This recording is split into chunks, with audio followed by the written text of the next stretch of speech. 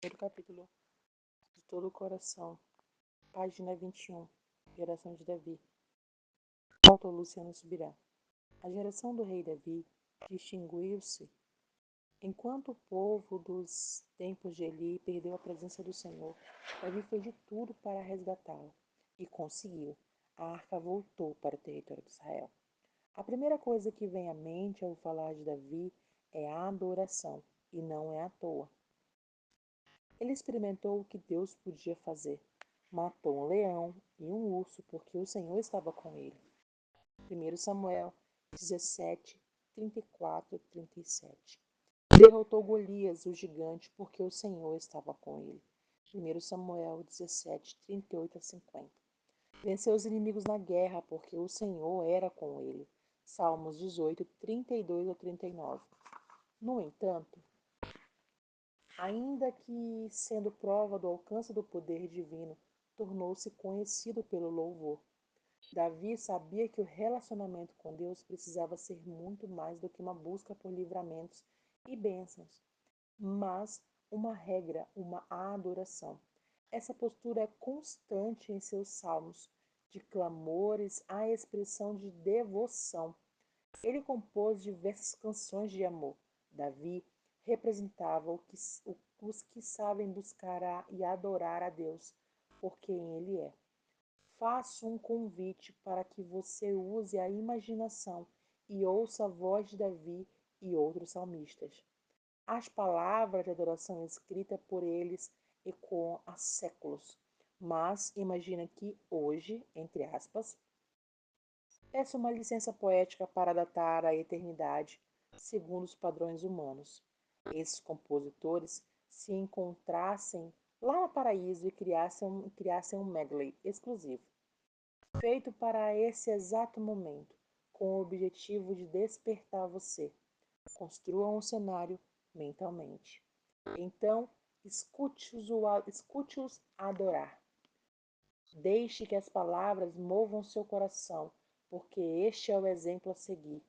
Este é o tipo de vida que deve inspirar você e a mim. Desperta, ó minha alma, desperta, lira e harpa. Quero acordar a alva, render-te-ei graças entre os povos, cantar-te-ei louvores entre as nações, pois a tua misericórdia se eleva até os céus, a tua fidelidade até as nuvens. Sê exaltado, ó Deus, acima dos céus, e em toda a terra esplenda a tua glória. Grande é o Senhor, muito digno de ser louvado na cidade do nosso Deus. Oferecer-te-ei voluntariamente sacrifícios. Louvarei o teu nome, ó Senhor, porque é bom. Em Deus, cuja palavra eu louvo, no Senhor, cuja palavra eu louvo. Neste Deus ponho a minha confiança e nada temerei. Que me pode fazer o homem? Tu, sim, tu és terrível. Se te iras, quem pode substituir a tua vista? Pois até a ira humana há de louvar-te, e no resíduo das iras te cinges. Tragam presentes todos os que o rodeiam, aquele que deve ser temido. Quais amáveis são os teus tabernáculos, o Senhor dos exércitos. A minha alma suspira e desfalece pelos átrios do Senhor. O meu coração e a minha carne exultam pelo Deus vivo. Como suspira a corça pelas correntes das águas, assim por ti, ó Deus, suspira a minha alma. A minha alma tem sede de Deus, do Deus vivo. Quando irei e verei perante a face de Deus? Porque está batida, ó minha alma, porque te perturbas dentro de mim? Espera em Deus, pois ainda o louvarei, a Ele meu auxílio, Deus meu. Porque a tua graça é melhor do que a vida, os meus lábios te louvam.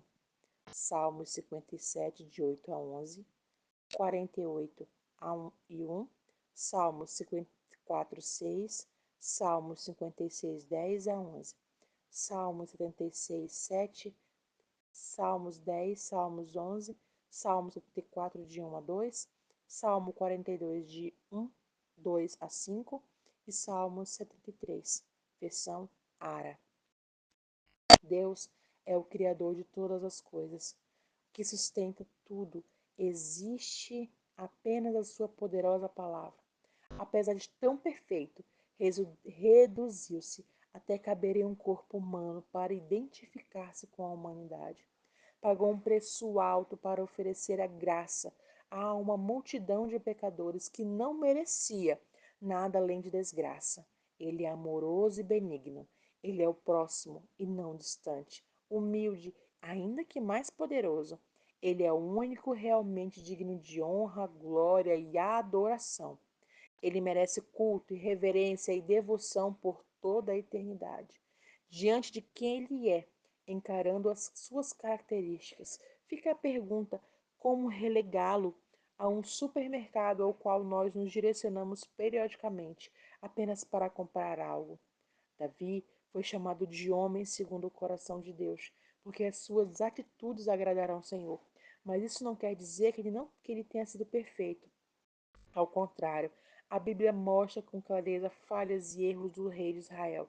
Porém, arrependido, manter-se um firme relacionamento com Deus, maior do que os seus erros e também maior que as suas conquistas, que não foram poucas. Derrotou inimigos para apropriar-se da terra prometida, que nunca havia sido conquistada e ocupada em sua totalidade. Além de introduzir o ministério de louvor e música no tabernáculo, você percebe que até em suas realizações Davi mostrou que estava empenhado em fazer a vontade de Deus e agradá-lo. O pastor de ovelhas, erguido ao maior posto de autoridade, conseguiu entender o que o Senhor queria para aquela geração. E foi isso que se empenhou. Não para si, mas para ele. Não queria fazer sua própria vontade, mas a vontade do Senhor. É fácil detectar na história de Davi e em seus salmos esse anseio por quem Deus é, muito maior do que a expectativa por aquilo que ele podia fazer. Isso, isso porque o rei Davi foi, antes de tudo, um adorador. O filho que nasceu do adultério com Batseba adoeceu. Então Davi buscou a bênção, a cura. Ela não veio, porque se tratava de uma consequência de pecado.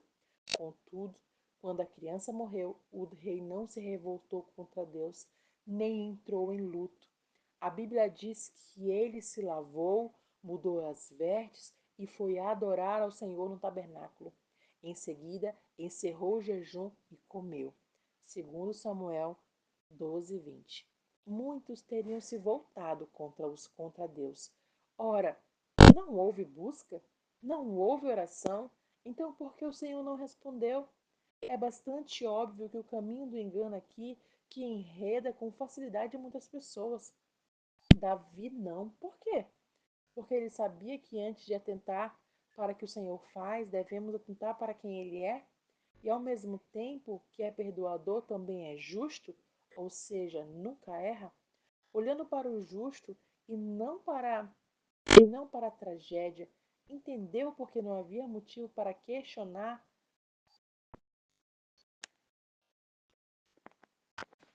Deus não errara. Naquele momento dificílimo, Davi foi adorar e reconhecer, exaltando quem é Deus. Repare também no relato de Davi como trouxe de volta a arca ao Senhor. Avisaram ao rei Davi, dizendo: Senhor abençoa a casa de Obed-edom e tudo o que ele tem por causa da arca de Deus. Então Davi foi e com alegria trouxe a arca da casa de Obed-edom à cidade de Davi.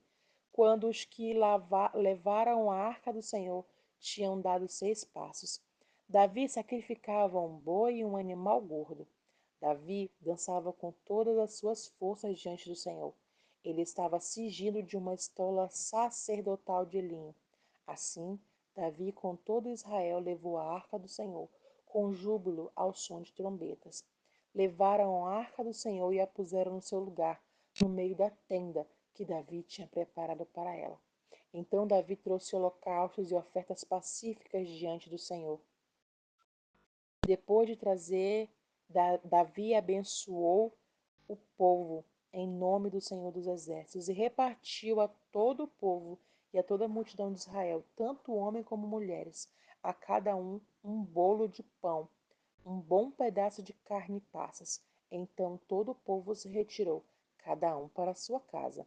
Segundo Samuel, de 6 a 12, de 6, 12 a 15 e 17 a 19. Além de demonstrar temor e reverência ao sacrificar bois, carneiros e a cada 6 passos, Davi fez daquele dia uma festa. Os israelitas ofertaram, cantaram, dançaram e comeram, pois a presença do Senhor voltara a eles. Isso revela que Davi conseguiu comunicar a grande parte daquele povo não apenas a importância de cultuar ao único digno de todo louvor, mas fazê-lo com alegria. O rei conduziu o povo a dar devida importância à presença da arca e demonstrar isso com júbilo. Naquele episódio da adoração intensa, chegou a violar leis de etiqueta real, descobrindo-se diante do povo ao dançar. Sua esposa, Mical, criticou a extravagância. Fica, fica clara a posição dela, interessada somente no que Deus faz e não em quem Deus é. O resultado não podia ser diferente. Não por reconhecer quem ele é, Mical não chegou a provar o que ele podia fazer.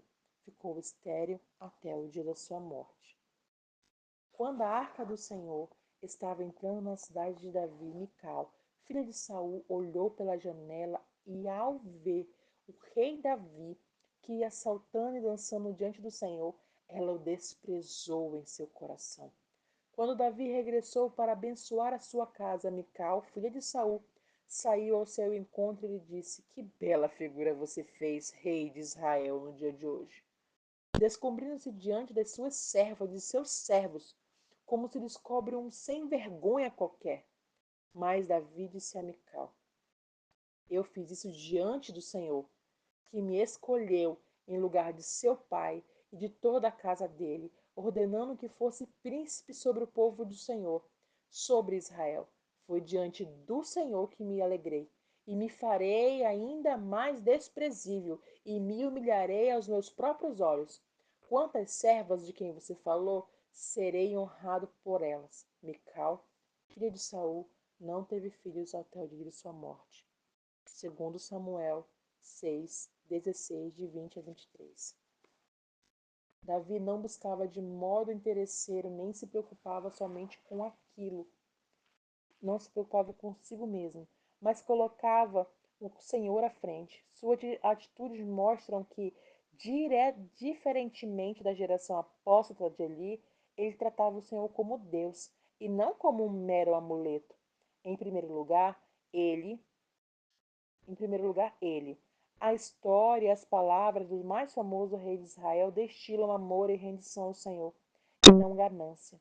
Ainda que tendo provado muitas bênçãos, manteve o desejo por um firme relacionamento com o abençoador, em primeiro lugar e acima de tudo. O interessante é que quem aprende a maneira certa de se achegar a Deus também experimenta uma vida marcada pelo que ele faz. Trata-se de consequência, porque ele é galardoador dos que o buscam. Hebreus 11, 6. Recompensar é a parte de quem ele é. Galardoador é o traço do seu caráter. É impossível buscar o abençoador e não ser abençoado. Você busca quem ele é e ele se manifesta e mostra seus atributos. Isso significa reverência ao Senhor e é o meio correto pelo qual provamos milagres e manifestações maiores. A grande questão é não inverter a ordem. Amar vem antes. No livro A Nuvem do Não Saber, o autor anônimo nos adverte: eleve o seu coração a Deus como uma leve comoção de amor. Tenha-o como alvo a nenhum dos seus bens.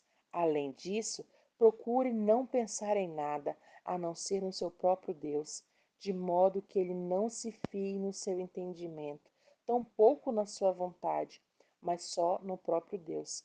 Eis a obra da alma que mais lhe agrada. Devemos manter o foco na busca e no reconhecimento de quem é Deus, e assim ele faz. Uma inevitável consequência terá seu lugar em nossa vida. O problema é que temos uma cultura de não valorização da presença divina. Muitos, erroneamente, definem o tempo de adoração em um culto como uma mera preparação para a palavra. Já é hora da igreja entender que se trata de muito mais que isso. A música possui um objetivo: louvar e adorar aquele que é digno. Ele merece expressões de exaltação e muito mais. Não se trata de entretenimento, mas rendição. Diz respeito a valorizar a sua pessoa. Ainda mais surpreendentemente, é experimentar a resposta do Senhor. Ele vem quando ele é adorado. Tanto na celebração coletiva como na devoção pessoal, temos na adoração uma das grandes chaves para a manifestação do poder de Deus em nossa vida. Ao honrá-lo pelo que ele é, experimentar o que ele faz é consequência natural.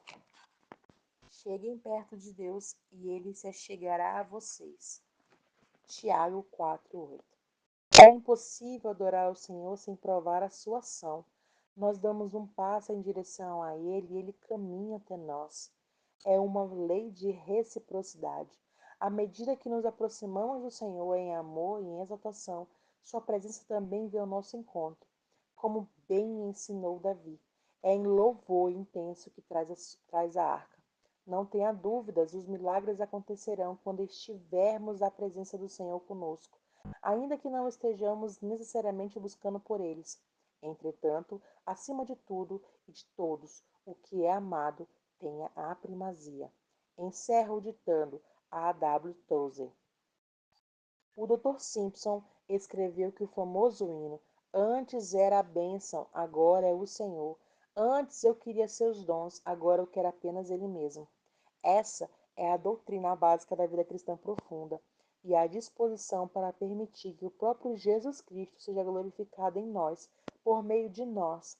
E é a disposição para deixar de tentar usar o Senhor para chegar em nossos fins e permitir que Ele opere em nós a sua glória.